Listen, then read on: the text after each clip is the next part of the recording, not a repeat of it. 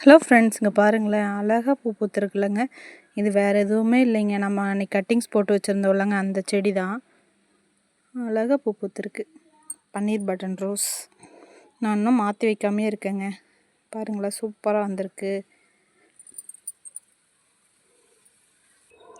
அதே மாதிரி இது பார்த்திங்கன்னா நம்ம கட்டிங்ஸில் வச்சுருக்கிற நாட் ரெட் ரோஸ் தாங்க.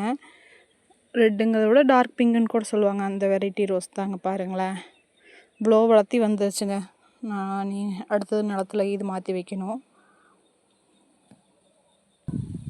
இந்த பிளான்ட்டு தாங்க அதோட மதர் பிளான்ட். பாருங்களேன், புஷ்ஷியே எவ்வளோ அழகாக நிறைய மொக்கு வச்சு பூ பூத்துதுங்க. இன்றைக்கி ஒரு 2-3 பூ இருக்குது. ஃபுல்லாக கொழுந்து வந்திருக்கு. பாருங்க, வந்த கொழுந்துலாம் மொக்கு.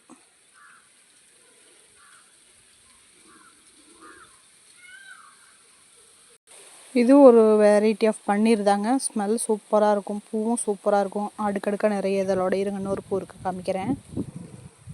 பாருங்கள், சூப்பராக இருக்குல்ல. இதழ் செம்ம ஃப்ராக்ரன்ஸாக இருக்குங்க. இந்த பூவோட வாசம் அப்படியே நாட்டு பன்னீர் ரோஸ், அந்த லைட் பிங்க் கலர் இருக்கும் பார்த்தீங்களா, அதோட ஸ்மெல் மாதிரியே இதுவும் இருக்கும். அதோடவே கொஞ்சம் சென்டட் டைப் மாதிரி நல்லா ஸ்மெல் செம்மையாக வரும்.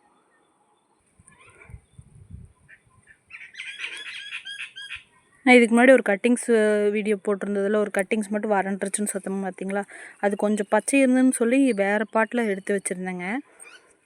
அது பாருங்களேன், இவ்வளோ அழகாக தளைஞ்சு வந்து மொக்கு வச்சு இன்றைக்கி விரிஞ்சிருச்சு.